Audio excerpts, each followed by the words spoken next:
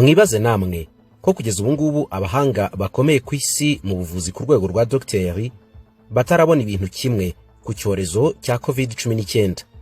Mwibaze yuko hari abahanga mu buvuzi bemera yuko COVID-19 ari icyorezo cyagwiye isi gikwiye gushakirwa umuti n'inkingo kandi byihuse. Abandi bahanga bati ni icyorezo gihimbano kigamije gutuma abahanga bagenzura isi nta kindi kigamijwe. Inzobere mu buzima bamaze kwemeza yuko iki ngiki ari icyorezo tuzabana nacyo ibihe birebire kugeza ubwo mu mezi runaka wenda isi izahuriza hamwe mu kwemeza urukingo rwakoreshwa, abatuye isi bose bagahabwa urwo rukingo, hanyuma icyorezo kikabona gucika burundu.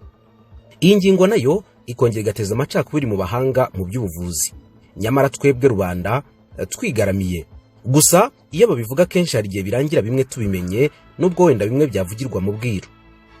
Urukingo ngo ruzaba ruhuriza hamwe amakuru y'ubushakashatsi kuri iyi ndwara, maze uwo baruteye agira ubudahangarwa bwo kwirinda iki cyorezo. Ariko abandi b'abahanga yewe bamaze kuvuga yuko iby'inkingo ari uduhenda abana bashaka gushukisha ikiremwa muntu kugira ngo inyoko muntu yose iterwemo utwuma duto cyane two mu bwoko bwa microchip tuzajya dutuma aho umuntu ari hose abasha kugenzurwa. Byanaba ngombwa utu twuma tugakoreshwa mu bindi by'ingenzi mu ikoranabuhanga aho kuba urukingo, akazajya akoreshwa mu bindi bikorwa bisigaye nko kugenzura umutungo we kuri banki, kugura no kugurisha n'ibindi bitandukanye, byose bikorewe mu kiswe urukingo. Ninde uvuga ukuri muri aba ngaba? Ikiremwa muntu koko kigiye gushyirwamo ibintu bituma kigiye kujya kigenzurwa n'agatsiko gato k'abantu binyuze mu rukingo rwa coronavirus? Cyangwa se abavuga ibingibi n'abakuririza ibitekerezo byo guhangana n'ubuvuzi gusa bugezweho? Ariko se ko abahanganisha ibi bitekerezo bose ari abahanga mu byo kuvura no kugenzura inkingo? Reka mpere ku murongo nkubwire buri cyavuzwe cyose n'uwakivuze yemeza yuko coronavirus ari indwara y'abaringa, yabaye igikoresho cy'abashakashatsi n'abahanga bashaka kugenzura isi n'imikorere y'ikiremwa muntu gusa. Bamwe bati imibare y'Abanyamerika n'Abanyaburayi barwaye cyangwa se abapfa barayikabiriza. Abandi batahubwo nta nubwo byoroshye kugaragaza aho imirambo y'abarwayi ba coronavirus ishyingurwa mu marimbi rusange bavuga. Abandi bati gufungirana abantu mu mazu ni ubundi buryo bwo kubabikamo ubwoba ngo aho bazasohokera hose bazemera umugambi karundura wo kubatera urukingo. Abandi bati ariko coronavirus irahari yego, ariko nubwo ihari nanone yavuzwe uko itari. Ubwo nirinze kugaruka ku buryo hari n'abavuga yuko coronavirus ari indwara iteye ubwoba kandi ikwiye kwirindwa n'ikiremwa muntu mu buryo bukomeye, kuko ibingibi byo dusanzwe tubizi. Nkiri aha ngaha rero ndagusaba kutarangwa n'amarangamutima ngo wizere uruhande rumwe cyangwa se urundi, kuko jyewe ubwanjye ndi kukubwira ibingibi nta bushakashatsi nabunzunya nakozeho uretse gusa guhindura mu Kinyarwanda ibyavuzwe n'aba bahanga ngiye kukubwira. Ubundi twakagombye kuba twizera mu bijyanye n'ubuhanga bwabo, kuko koko ni abahanga. Ariko se ko bavuze ibitandukanye? Duhere ku nkuru yaciye agahigo cyane mu byumweru bibiri bishize, ni ya Dr. Rashid Ali Buta.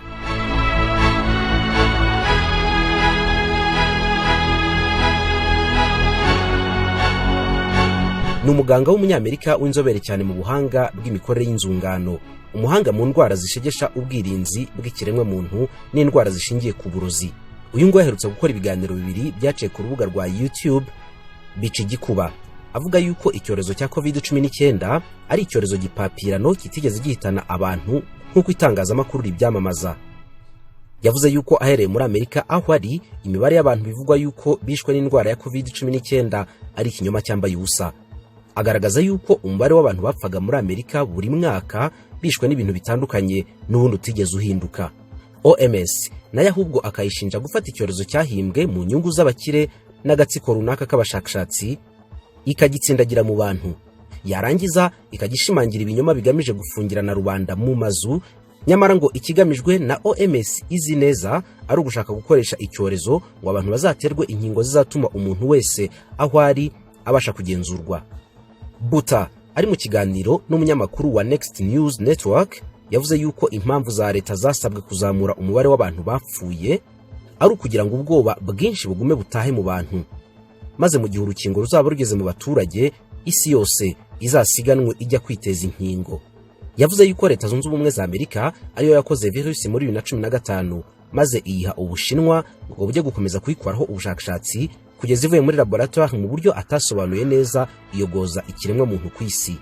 Kuri we asanga ngo byasaba yuko umuntu yaba afite ubwenge butuzuye kugira ngo abashe guhakana yuko iyi virusi itakozwe ku bushake bw'ikiremwa muntu ikanaterwa abantu.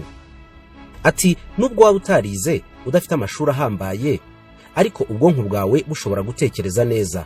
Ako kanya biroroshye guhita umenya yuko iyi virusi yakwirakwijwe ku bushake bwa muntu kandi ari ubushake bw'abayipanze ku nyungu runaka. None kuki baduhatira inkingo ni ukubera iki?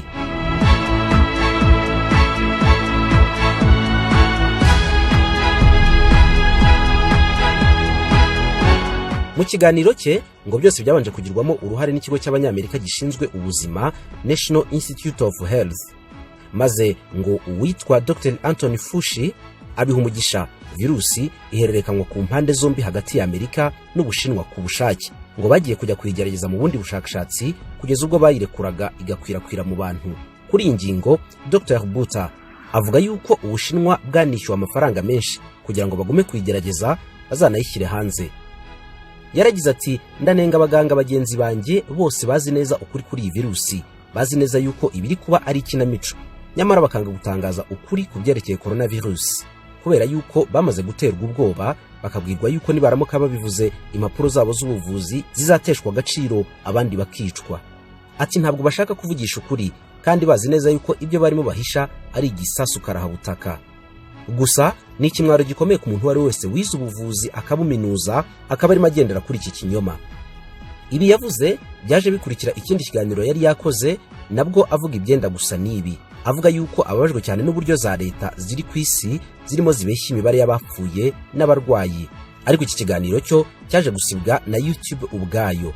Yagishinje ko cyangiza amategeko y'ibiganiro bihabwa rubanda kuri YouTube n'umuryango w'abantu muri rusange, ngo cyari kirimo amakuru y'ibihuha no kuyobya rubanda.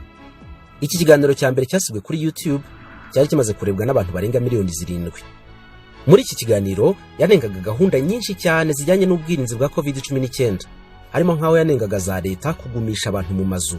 Ati ubundi iyo umuntu mugumishije mu nzu ye burya ni ukumufunga mu bundi buryo, wabigeranya rwose n'igifungo. Noneho kongeraho yuko hari abantu bagumaga mu mazu bafite ubwoba bwinshi yuko batazabona n'icyo kurira mu mazu yabo.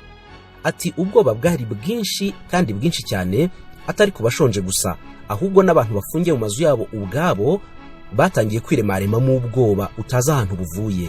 Byose ni umugambi wo kugira ngo abantu bazarekurwa bahita bajya kwiteza inkingo igihe bazatangaza yuko urukingo rwabonetse. Yanenze byinshi, anenga n'agapfukamunwa, avuga yuko ari uburyo mpuzamahanga